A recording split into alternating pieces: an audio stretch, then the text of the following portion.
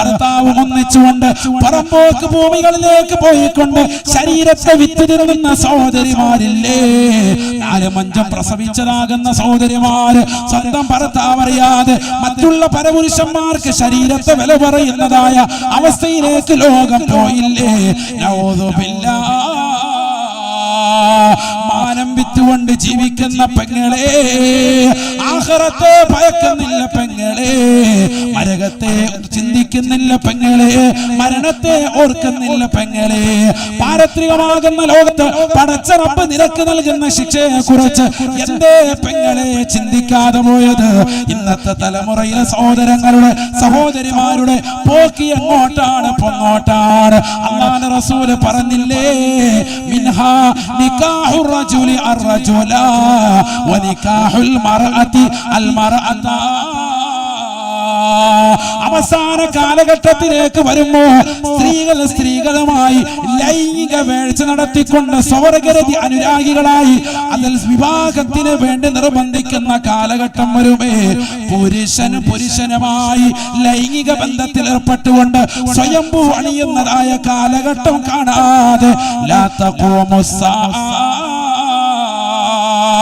അല്ലാഹുവിന്റെ റസൂല് പറഞ്ഞത്തേക്ക് ഇന്ന് നമ്മുടെ കലാലയങ്ങളെത്തിയില്ലേ? +2 പഠിക്കുന്ന മകള് പറയുകയാണ്, വാപ്പാ എനിക്ക് നിങ്ങൾ കണ്ടുപിടിച്ചതാകുന്ന മാരനെ എനിക്ക് വേണ്ട വാപ്പാ, എനിക്ക് വേണ്ടത് എന്റെ കൂടെ പഠിച്ചതാകുന്ന ഫാത്തിമയാണ്, എന്റെ കൂടെ പഠിച്ച ആയിഷയാണ്, എന്റെ കൂടെ പഠിച്ച ഉമ്മു കുൽസൂമ. ഞാൻ അവളുമായിട്ട് ശാരീരിക ബന്ധത്തിൽ ഏർപ്പെട്ടു പോയി. ഒരുപാട് കാലം ഞങ്ങളിതാ സ്വർഗരതി അനുരാഗികളായി പ്രണയ ജോഡികളായി ജീവിച്ചവരാ.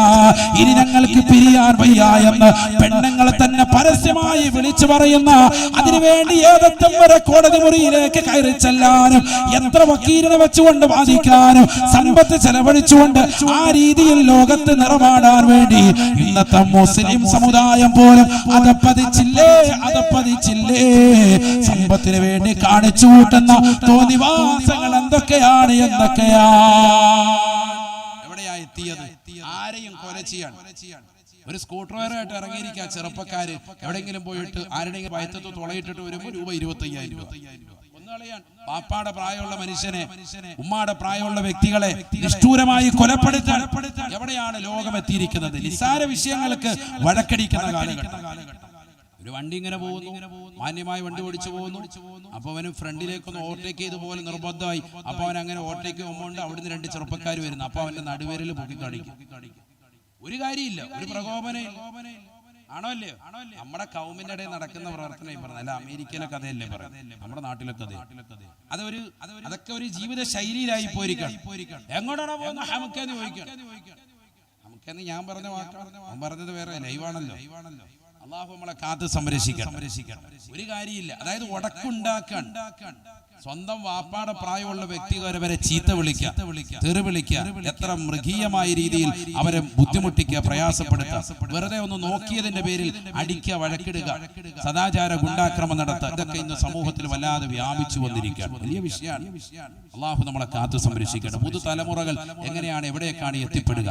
എങ്ങനെയെങ്കിലും പൈസ ഉണ്ടാക്കണം. ആരെങ്കിലും കൊന്നിട്ടായാലും കുഴപ്പമില്ല, ലോട്ടറി അടിച്ചിട്ടാണെങ്കിലും കുഴപ്പമില്ല, പലിശയുമായി ബന്ധപ്പെട്ടിട്ടാണെങ്കിലും കുഴപ്പമില്ല, എങ്ങനെയെങ്കിലും 10 ലക്ഷം ഉണ്ടാക്കണം. അതിനുവേണ്ടി ഒരു വിദ്യാഭ്യാസം ഇല്ലെങ്കിലും ഇറങ്ങിത്തിരിക്കുക. നഊദുബില്ലാ, അള്ളാഹു നമ്മളെ കാക്കട്ടെ. ഈ ലോകത്ത് നമ്മൾ ഇതൊക്കെ കാണേണ്ടതും കേൾക്കേണ്ടതുമായ അവസ്ഥയിലേക്ക് വന്നല്ലോ. ഈ സമയത്ത് ഈമാൻ മുറുകെ പിടിച്ചാൽ സുബ്ഹാനല്ലാഹ് ഏറ്റവും വലിയ ഉന്നതമായ സ്ഥാനം നമുക്ക് ലഭിക്കും. അള്ളാഹു തൗഫീഖ് നൽകട്ടെ. കാരണം അവസാന കാലഘട്ടത്തിലേക്ക് പോവാൻ. ഈ കാലഘട്ടത്തിൽ 5 വഖത്ത് നിസ്കാരം നിലനിർത്തി ഇത്തരത്തിലുള്ള ദിനങ്ങളെ ശ്രദ്ധ തിരുത്തി ഇബാദത്തുകളെ ശ്രദ്ധിച്ചാൽ നിന്നേക്കാൾ ഉന്നതനായ മറ്റൊരു വ്യക്തിത്വം ഇല്ല. കറക്റ്റായി നിസ്കരിക്കുക, ഫർളും സുന്നത്തുകളും ശ്രദ്ധിക്കുക. ഒരു ജമാഅത്ത് പോലും പുരുഷന്മാർ മുടക്കരുത്. ജുമുഅ ഒരിക്കലും നഷ്ടപ്പെടുത്തി പോകരുത്. അന്നത്തെ ദിവസം അൽ കഹ്ഫ് സൂറത്ത് ഓതിയിരിക്കണം. മൻ ഖറഅ സൂറത്തുൽ കഹ്ഫ് ഫീ ലൈലത്തിൽ ജുമുഅ വിൽ ജുമുഅ അല്ലാഹു ലഹു മാ ബൈനൽ ജുമുഅതൈനി ഔ കമാ ഖാല റസൂലുള്ളാഹി സ്വല്ലല്ലാഹു അലൈഹി വസല്ലം. ജുമുഅയിൽ സൂറത്തുൽ കഹ്ഫ് അതിന്റെ രാത്രിയിലോ പകലിലോ ഓതിയാൽ അടുത്ത ഒരാഴ്ചക്കിടെ പ്രകാശം ഇട്ടു തരും നബി മുഹമ്മദ് മുസ്തഫ. ഒരു ആത്മീയമായ പ്രകാശം അല്ലാഹു നമുക്ക് നൽകി അനുഗ്രഹിക്കട്ടെ. ആ പ്രകാശത്തിലാണ് പതിയാങ്കര ഉസ്താദൊക്കെ നടക്കുന്നത്. ആ പ്രകാശം നാളെ മഹ്ശറിൽ ഉണ്ടാകും. അങ്ങനെയാണ്. يوم ترى المؤمنين والمؤمنات يسعى نورهم بين أيديهم وبأيمانهم بشراكم اليوم. നാളെ പടച്ചറപ്പിന്റെ ദർബാറിൽ മുഅ്മിനീങ്ങളെ മുഅ്മിനാത്തുകളെ നബിയെ തങ്ങൾക്ക് കാണാൻ സാധിക്കും റസൂലേ. യൗമ തറൽ മുഅ്മിനീന വൽ മുഅ്മിനാത്ത് യസ്ആ നൂറുഹും അവരുടെ പ്രകാശം ഓടുകയാ ബൈന ഐദീഹിം വബി ഐമാനിഹിം അവരുടെ മുന്നിലൂടെ വലത്തിലൂടെ അവരുടേതാകുന്ന സർവഭാഗത്തിലൂടെയും പ്രകാശമാണെന്ന് പരിശുദ്ധമായ ഖുർആൻ. ബുശ്റാകുമുൽ യൗം മലക്കുകൾ വിളിച്ചു പറയുകയാണ്, കടന്നു വരൂ പ്രിയപ്പെട്ട ഉസ്താദേ, നിങ്ങൾ ഒരു കാലഘട്ടത്തിന് കൊളുത്തി വെച്ചിട്ടുള്ളത് ആത്മീയമാകുന്ന ശോഭനമാകുന്ന മുഹൂർത്തങ്ങളാണ്. 10 വർഷത്തോളം പതിയാങ്കരെ നിങ്ങൾ ആത്മീയമായി ധന്യമാക്കിയവരല്ലേ. ആത്മീയമാകുന്ന പ്രകാശത്തിന്റെ പ്രചല പ്രഭയിലേക്ക് ശാന്തുല തീരത്തേക്ക് കൊണ്ടുപോയവരല്ലേ. അറുതിയിൽ നിന്നതാകുന്ന വറുതിയിൽ നിന്ന് സമൂഹത്തെ ദീനിൻ്റെതാകുന്ന മാർഗത്തിലേക്ക് എത്തിച്ചവരല്ലേ. സമ്പാദ്യമുള്ളവരാക്കി മാറ്റിയവരല്ലേ. സാമ്പത്തിക അഭിവൃദ്ധിയുള്ളതാകുന്ന ജനസമൂഹമായി ആത്മീയതയുടെ വിഭിന്നമാകുന്ന തലത്തിലേക്ക് അവരെ കൊണ്ടുവന്നവരല്ലേ. ബുശ്റാകുമുൽ യൗം നിങ്ങൾക്കിതാ സന്തോഷം. യസ്ആ നൂറുഹും യസ്ആ എന്നതിന്റെ ഫീലിന്റെ ഫായില് പറഞ്ഞത് അവരുടെ പ്രകാശം ഓടുവെന്നാണ്. നൂറുഹും അവരോടുവെന്നല്ല, യസ്ആ നൂറുഹും അവരുടെ പ്രകാശമാണ് ഓടുക എന്ന് പറഞ്ഞാൽ മുഅ്മിനായ മനുഷ്യൻ പ്രകാശത്തിന്റെ ഒരു രൂപമായിട്ട് മാറുമെന്നർത്ഥം. അങ്ങനെയാണ് മനസ്സിലാക്കണം. എന്ന് പറഞ്ഞാൽ അവനെ നോക്കുമ്പോൾ അവനെ കാണാൻ കഴിയില്ല, ഫുള്ള് പ്രകാശം. ഒരു പ്രകാശം ഇങ്ങനെ ഓടുന്നതായിട്ട് ഓടും. യസ്ആ നൂറുഹും ഖുർആൻ പറഞ്ഞതാണ്. സുബ്ഹാനല്ലാഹ്, പ്രകാശമാണ് ഓടുന്നത്. കാരണം എന്താ, ആ മനുഷ്യൻ അങ്ങനെ അമൽ ചെയ്ത് അവനൊരു പ്രകാശത്തിന്റെ ഗോപുരമായി മാറി. അള്ളാഹു നമ്മളെ കൂട്ടത്തിൽ ഉൾപ്പെടുത്തട്ടെ. അതാണല്ലോ ആലിമീങ്ങൾക്ക് മുഖത്തുള്ള ശോഭ. നമ്മളൊരു ഉസ്താദിനെ കണ്ടാൽ പറയുമല്ലോ, നല്ല സമുന്നതരായ ആലിമിനെ കാണുമ്പോൾ അദ്ദേഹത്തിന്റെ വഖാർ, ഗാംഭീര്യം, അദ്ദേഹത്തിന്റെ ഈമാൻ കണ്ടാൽ പിന്നെ നമുക്ക് അപ്പുറത്തേക്കൊന്നുമില്ല. നല്ല ഈമാൻ തുളുമ്പുന്ന മുഖം, സ്വാലിഹായ മനുഷ്യനാണെന്ന് അദ്ദേഹത്തെ കണ്ടാൽ അറിയാം. നമ്മൾ പറയാറുണ്ട്, അള്ളാഹു കൂട്ടത്തിൽ നമ്മൾ ഉൾപ്പെടുത്തുമാറാവട്ടെ. അള്ളാഹു കൂട്ടത്തിൽ ഉൾപ്പെടുത്തട്ടെ. അതാണ് പറഞ്ഞത്, ആ പ്രകാശം ഇട്ടുകൊടുത്ത മഹത്തുക്കളാണ് നടക്കുന്ന മഹാന്മാർ. അള്ളാഹുരുടെ തണല് പറ്റി ജീവിക്കാൻ തൗഫീഖ് നൽകട്ടെ. അവരെ എതിർത്ത് അവരെ വാട്സാപ്പിലും ഫേസ്ബുക്കിലും ഒക്കെ അശ്ലീലത വിട്ട് ഇങ്ങനെ കണ്ടു നിറച്ചതിന് ഹാ ഹൂ എന്നൊക്കെ പറഞ്ഞ് നടക്കുന്നതാകുന്ന ബിദ്അത്തിന്റെ കക്ഷികളിൽ നിന്ന് ഈ സമൂഹത്തെയും ഈ സമുദായത്തെയും ലോകരെയും അള്ളാഹു കാത്ത് സംരക്ഷിക്കുമാറാവട്ടെ. വിവരമില്ലാത്ത അത്തരത്തിലുള്ളതാകുന്ന ജൽപ്പനങ്ങൾ നടത്തുന്നതായ നവീനവാദികളിൽ നിന്ന് അള്ളാഹു ഈ ലോകത്തെ സംരക്ഷിക്കുമാറാവട്ടെ. കാരണം അവരെ തിരിഞ്ഞവരാണ് ഈ സമൂഹം. അവരുടേതാകുന്ന ആത്മീയത കണ്ടവരാണ്. അവർ സുന്നത്ത് ജമാഅത്തിന് വേണ്ടി പ്രവർത്തിച്ചവരാണ്. അവർ പരിശുദ്ധ ദീനിൻ്റെതാകുന്ന സംസ്ഥാപനത്തിന് വേണ്ടി, ഈ നാടിന്റെ ആത്മീയമായ വെളിച്ചത്തിന് വേണ്ടി, ഉണർവിന് വേണ്ടി അശ്രാന്ത പരിശ്രമം നടത്തിയത് കൊണ്ടാണ് ഇന്നിവിടെ തലയെ കെട്ടിയ ഉസ്താദുമാർ ധാരാളം ഉണ്ടായത്. ഇന്നിവിടെ തലയിൽ തൊപ്പിയിട്ടതാകുന്ന ഉമറാക്കൾ ധാരാളം ഇവിടെ റെഡിയായത്. ചെറുപ്പക്കാരടക്കം ഈ ആത്മീയമാകുന്ന സദസ്സിൽ 9 മണിക്ക് മുമ്പേ തന്നെ സജ്ജരായി നിലകൊണ്ടത് അവർ കൊളുത്തിവെച്ചതാകുന്ന ദീപശിഖയുടെ കാരണമായിട്ടാണ്. അവർ കൊളുത്തിവെച്ചതാകുന്ന പ്രകാശത്തിന്റെ അരുണോദയമാകുന്ന ശോഭയാണ്. അള്ളാഹു തൗഫീഖ് നൽകട്ടെ. അവരെയൊക്കെ പിൻപറ്റാൻ അള്ളാഹു തൗഫീഖ് നൽകട്ടെ.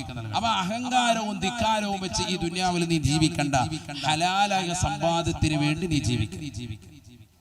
അല്ലാഹു തൗഫീഖ് നൽകട്ടെ. നബിന റസൂലുള്ളാഹി സ്വല്ലല്ലാഹു അലൈഹി വസല്ലം തങ്ങൾ പറയുകയാണ്, ഫവല്ലാഹി ഈ ലോകത്തിന്റെ തമ്പുരാനായ ജഗന്നിയന്താവായ പരിപാലകനാകുന്ന പടച്ചറബിനെ തന്നെയാണ് സത്യം. മൽ ഫഖറ അഖ്ശാ അലൈക്കും അല്ലയോ സഹാബ, നിങ്ങളുടെ മേൽ എനിക്ക് ഭയം ദാരിദ്ര്യമല്ല വലാകിൻ അഖ്ശാ അലൈക്കും അൻ തുബസത ദുനിയാ. ഞാൻ നിങ്ങളുടെ മേൽ ഭയക്കുന്നത് ദുനിയാവ് വിശാലമാകലാണ്. ഈ ദുനിയാവ് നിങ്ങൾക്ക് അപാരമായി വിശാലമാകലാണ്.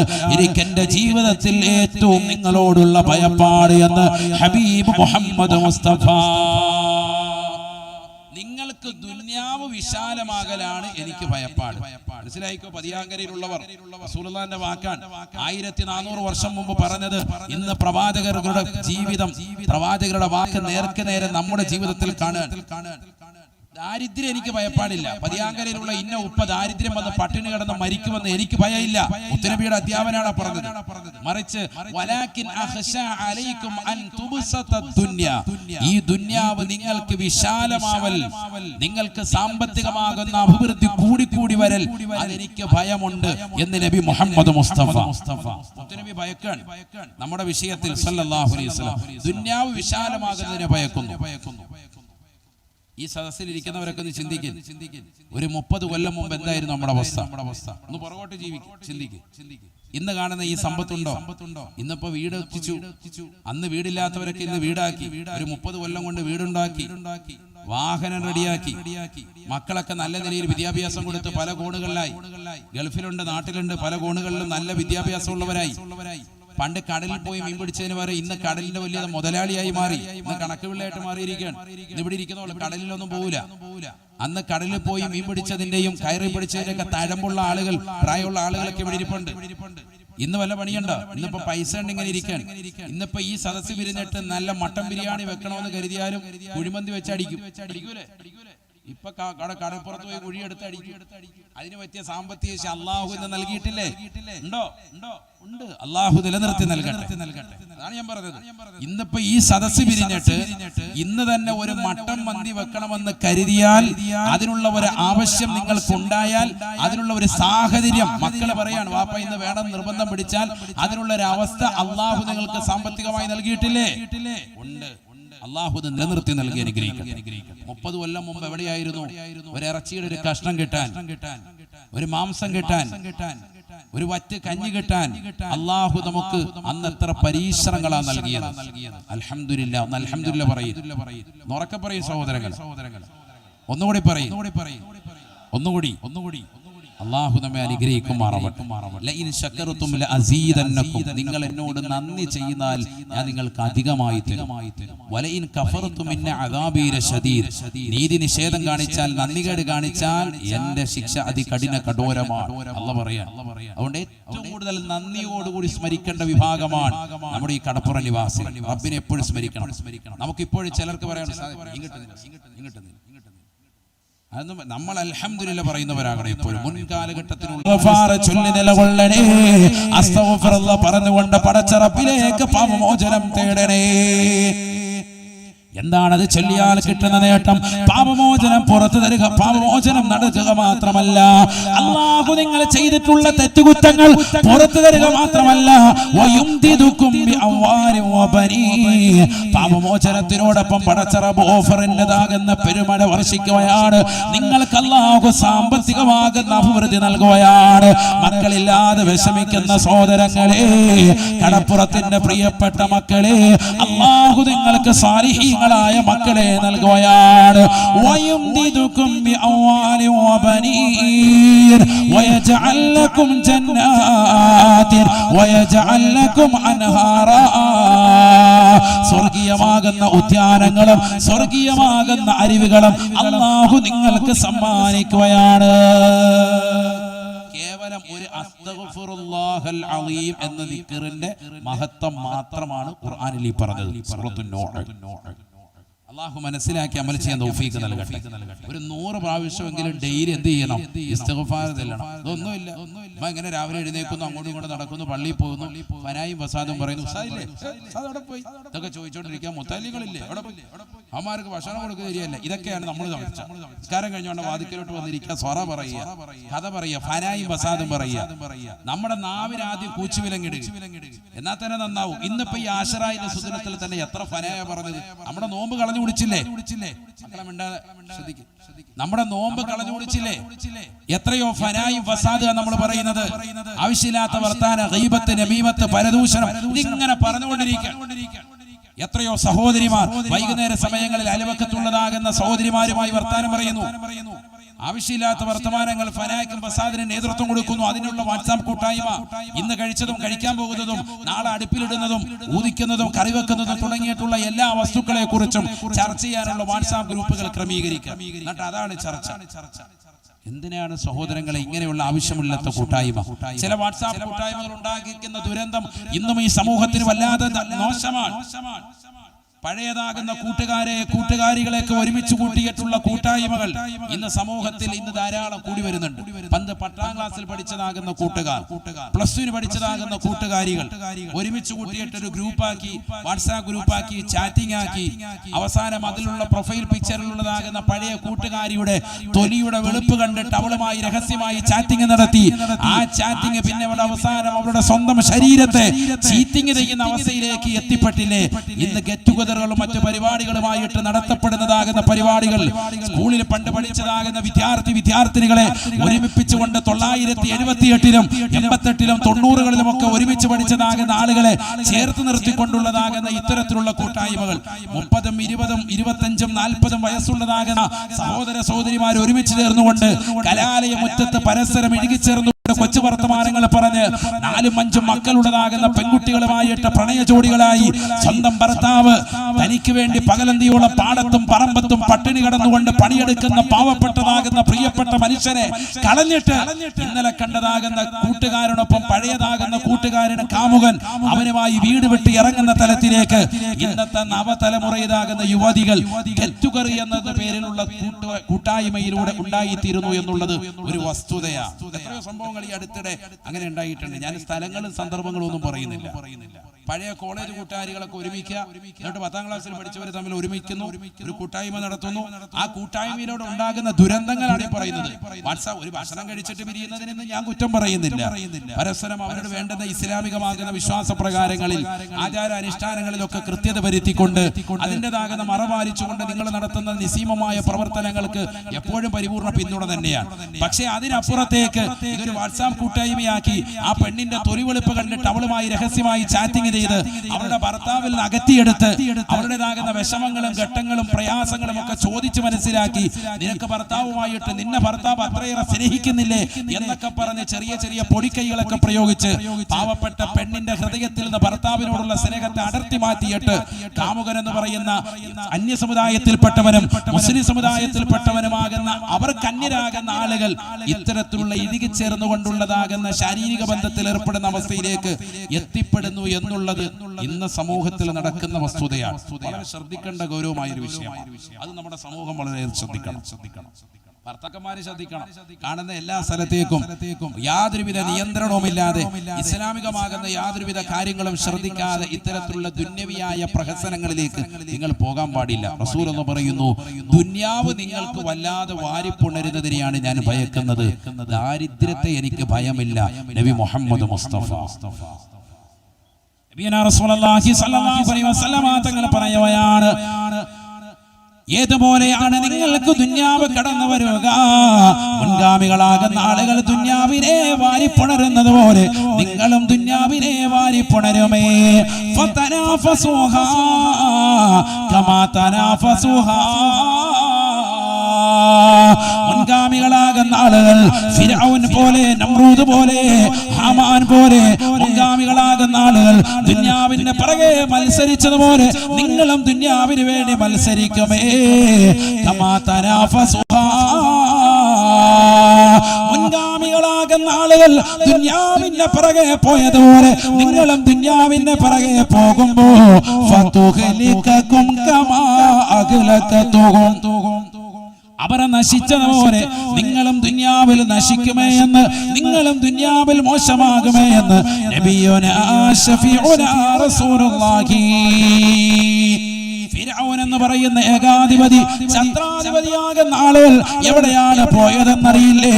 പരിശുദ്ധമായ ഖുർആൻ സുവ്യക്തമായി പഠിപ്പിക്കുകയാണ്. അല്ലാഹുവിന്റെ റസൂൽ സല്ലല്ലാഹു അലൈഹി വസല്ലമ തങ്ങൾ പരിശുദ്ധമായ ഖുർആനിലൂടെ തന്നെ ഓതി പറയുകയാ, സുബ്ഹാനല്ലാഹ്. മൂസാ നബി അലൈഹിസ്സലാമിനെ കൂട്ടാളികളെയും വല്ലാതെ പ്രയാസപ്പെടുത്തിയിരുന്നതായ ഫിർഔൻ, റംസീസ് രണ്ടാമനെന്ന് ലോകം രേഖപ്പെടുത്തിയതായ ചക്രവർത്തിയല്ലേ, തെമ്മാടിയായ മനുഷ്യരല്ലേ, ധിക്കാരിയായ മനുഷ്യരല്ലേ. അഹങ്കാരം ഹൃദയത്തിൽ മാത്രമല്ല ശരീരത്തിന്റെ ഓരോ അവയവങ്ങളിലും ഇഞ്ചിഞ്ചായി വളർന്ന് പന്തലിച്ച കൊണ്ടെളിച്ചതായ വ്യക്തിയല്ലേ. ലോകം കണ്ട ഏറ്റവും വലുതായ സമുന്നതരായ രാജാതിരാജൻ ഞാനാണ് എന്ന് ലോകത്തോട് വിളിച്ചു പറഞ്ഞവനല്ലേ. ഈ ലോകത്തിന്റെ സംരക്ഷകൻ റബ്ബ് ഞാനാണ് എന്ന് വിളിച്ചു പറഞ്ഞുകൊണ്ട് അഹങ്കരിച്ചവനല്ലേ. അതിനെതിരായി നിൽക്കുന്ന ആളുകളെ വല്ലാതെ ക്രൂശിച്ചവൻ ഫിർഔനല്ലേ. ഫിർഔനല്ലേ വഫിർഔന ദിൽ ഔതാദ് അല്ലദീന തഗൗ ഫിൽ ബിലാദ്. തനിക്കെതിരെ കടന്നു വരുന്നവരെ പലകയ്ക്ക് മുകളിൽ കൊണ്ടുവന്ന് കടത്തിയിട്ട് കൈകാലുകളിലേക്ക് പച്ചയായി ശരീരത്തിൽ വസ്ത്രമില്ലാതെ കൊണ്ടുവന്ന് ഉരിഞ്ഞ് കടത്തിയിട്ട് അവരുടെ ശരീരത്തിലേക്ക് ആണി കൊണ്ടുവന്ന് തറയ്ക്കുകയാ. നഊദു ബില്ലാഹ്. ഇഞ്ചിഞ്ചായി കൊല ചെയ്യുകയാണ്. കൈകാലുകളിലേക്ക്, കവിളിലേക്ക്, ശരീരത്തിന്റെ അവയവങ്ങളിലേക്ക് ഇഞ്ചിഞ്ചായി ഓരോ അവയവങ്ങളിലും ഓരോ വിരലുകളിലും ആണി കൊണ്ടുവന്ന് അടിക്കുകയാണ്. ഖുർആൻ അവനെ വിശേഷിപ്പിക്കുകയാണ് വഫിർഔന ദിൽ ഔതാദ്. വഫിർഔന ദിൽ ഔതാദ്. മൂസാ നബി അലൈഹിസ്സലാമിന്റെ കാലഘട്ടത്തിൽ അല്ലാഹയെ കൊണ്ട് വിശ്വസിക്കാതെ, മൂസാ നബിയെ കൊണ്ട് വിശ്വസിക്കാതെ, ഹാറൂൻ നബി അലൈഹിസ്സലാം എന്ന മൂസാ നബിയുടെ ജ്യേഷ്ഠനെ കൊണ്ട് വിശ്വസിക്കാതെ റബ്ബിന് എതിരായി നിലകൊണ്ടതായ വ്യക്തിയല്ലേ. ആളുകളെ ഞാനാണ് റബ്ബ് എന്ന് പറയുകയും അതിലേക്ക് ക്ഷണിക്കുകയും ചെയ്ത വ്യക്തിയല്ലേ. റബ്ബ് ഞാനാണ് എന്ന് അംഗീകരിക്കാത്തവരെ പിടിച്ചു കൊണ്ടുവന്ന് പച്ച പലകയിലേക്ക് കടത്തിയിട്ട് അവരെ പച്ചയായി കൊണ്ടുവന്ന് ശരീരത്തിലേക്ക് ആണി കൊണ്ടടിക്കൂ എന്ന് ഖുർആൻ പറയുകയാ. ആ രീതിയിൽ അവനെ പ്രവർത്തിച്ചവനാണ് വഫിർഔന ദിൽ ഔതാദ്. ആണിയുടയവനാകുന്ന ഫിർഔൻ അല്ലദീന തഗൗ ഫിൽ ബിലാദ്. ഈജിപ്ത് മുഴുവൻ കൈവെള്ളയിൽ കൊണ്ടു നടന്ന അഹങ്കാരിയല്ലേ, ധിക്കാരിയല്ലേ. എന്റെ അധികാരത്തിലാണ് ഈ മനോഹരമാകുന്ന നൈൽ നദി പോലും ഒഴുകുന്നവനെന്ന് വാദിച്ചവനല്ലേ. ഈ മിസ്ർ എന്ന് പറയുന്ന സുന്ദരമായ കൃഷിഭൂമിയാകുന്ന ഈജിപ്തിന്റെ മനോഹാരിത മുഴുവനും എന്റെ അധീനതയിലാണെന്ന് ഗീർവാണം മുഴക്കിക്കൊണ്ട് നിലകൊണ്ടവനല്ലേ. നഊദു ബില്ലാഹ്. മൂസാ നബി അലൈഹിസ്സലാമിനെ കൊണ്ടും അദ്ദേഹത്തിൻ്റെതാകുന്ന അല്ലാഹുവിനെ കൊണ്ടും വിശ്വാസം നൽകിയതായ ഏതാനും ചില മരണക്കാരെ കുറിച്ച് അവൻ പറഞ്ഞതായ വാക്ക് അല്ലാഹുവിന്റെ ഖുർആൻ പറയുകയാണ്. വലൗസല്ലിബന്നകും ഫീ ജുദൂഇൻ നഖൽ വലതഅലമുന്ന അയ്യുനാ അശദ്ദു അദാബൻ വഅബ്ഖാ.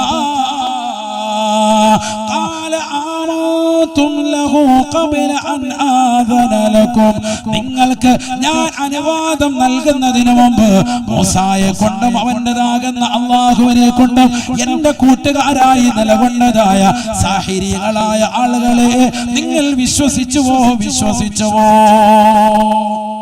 അവരെ പിടിച്ചുകൊണ്ടുവരണേ. ഫലഉഖത്തിഅന്ന ഐദിയകും വഅർജുലകും മിൻ ഖിലാഫ്. അവരുടെ വലത് കൈ ഛേദിക്കണേ, ഇടത് കാല് വെട്ടിയെടുക്കണേ. ഫിർഔന്റെ പ്രവർത്തനമാണ്. ലോകത്ത് ഒരു രാജാവും ഒരു ഏകാധിപതി ഇങ്ങനെ ചെയ്തിട്ടില്ല.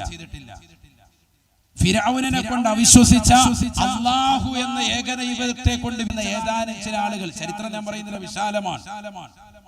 അവരോട് പറയാൻ, അവരെ ചെയ്യേണ്ടത് പട്ടാളക്കാരോട് പറയാ, ഇവരുടെ വലത്തെ കൈ വെട്ടുമ്പോ ഇടത്തെ കാല് അവന്റെ മുറിക്കണം. ഇനി ഏതെങ്കിലും ഒരുത്തന്റെ ഇടത്തെ കൈയാണ് മുറിക്കുന്നതെങ്കിൽ ഏത് വെട്ടണം? വലത്തെ കാല് വെട്ടണം. അങ്ങനെ അങ്ങോട്ടും ഇങ്ങോട്ടും ചേസ് ചെയ്യാ. വലത്തെ കൈയാണ് വെട്ടിയെങ്കിൽ ഇടത്തെ കാല്, ഇടത്തെ കൈയാണ് വെട്ടിയെങ്കിൽ വലത്തെ കാല്. അതാകുമ്പോ ഒരിക്കലും അവനെന്ത് ചെയ്യൂല, സ്വാധീനം ഉണ്ടാവൂല. ഒരുത്താളുടെ വലത്തെ കൈയും വലത്തെ കാലും പോയി ഇടത്തെ കാലും ആസ്വദിച്ചു പോവാം. ഇത് മറ്റേത് 8-10 വലത്തെ കൈയും പോയി പുറത്തും പോയി. നോക്കണം അവൻ കൊടുക്കുന്ന കിരാതമായ അവന്റെ ശിക്ഷ, അവന്റെ ബുദ്ധിവൈഭവം. അവൻ ഈ വിഷയത്തിൽ പ്രാവീണ്യം നേടിയിട്ടുള്ളതാകുന്ന എത്ര ദർശനാശക്തിയുള്ളവനായിരുന്നു. ചിന്തിക്കണം, എത്ര ക്രൂരമായ നടപടിയാണ് അവൻ സ്വീകരിക്കുന്നത്. അങ്ങനെ അവരുടെ കൈകാലുകൾ അങ്ങനെ വിച്ഛേദിച്ചു. വലത്തെ കൈ വെട്ടി, ഇടത്തെ കാല് വെട്ടി. ഒരുത്തന്നെ അങ്ങനെ വെട്ടുമ്പോൾ അടുത്തവന്റെ ഇടത്തെ കൈയും വലത്തെ കാലും.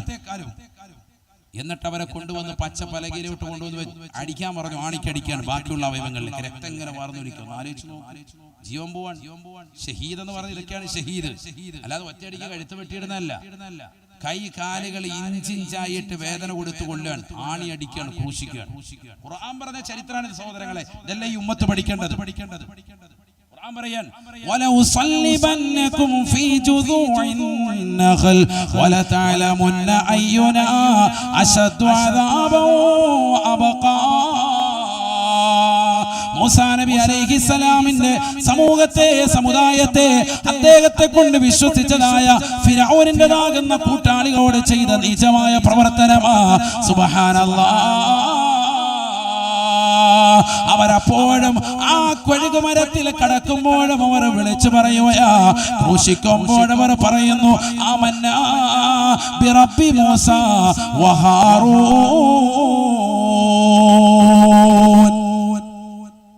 മാറ്റമില്ല, മാറ്റമില്ല. തൗഹീദിന്റേതാകുന്ന മന്ത്രോച്ചാരണം നടത്തുകയാണ്. ഏത് ഏകാധിപതി ഭരിക്കട്ടെ, ഏത് സ്വേച്ഛാധിപതി ഭരിക്കട്ടെ, ഈമാൻ കളഞ്ഞു കുടിക്കാൻ പാടില്ല മുസ്ലിമേ. ഏക സിവിൽ കോഡ് കൊണ്ടുവന്നാലും ഏത് തലത്തിലേക്കും നിന്നെ ക്രൂശിക്കപ്പെട്ടാലും ഈമാൻ പണയം വെക്കാൻ പാടില്ല. ബഹുമാനപ്പെട്ട മൂസാ നബി അലൈഹിസ്സലാമിനെ കൊണ്ടും ഹാറൂനിനെ കൊണ്ടും ഞങ്ങൾ വിശ്വസിച്ചു എന്ന് ഫിർഔനിന്റെ കൂട്ടാളികൾ പറയുകയാണ്. ആമന്നാ ബിറബ്ബി മൂസാ മൂസാ നബിയെ കൊണ്ടും ബഹുമാനപ്പെട്ടതാകുന്ന ഹാറൂനെ കൊണ്ടും അവരുടെ റബ്ബിനെ കൊണ്ടും ഞങ്ങൾ ഇതാ വിശ്വസിച്ചിരിക്കുന്നു. മാറ്റമില്ല, ഈമാനൊന്നും പുറകോട്ട് പോകില്ല. എങ്ങനെയൊക്കെ ഇനി ഞങ്ങളെ കൊന്നാലും ആലോചിച്ചു നോക്കുക.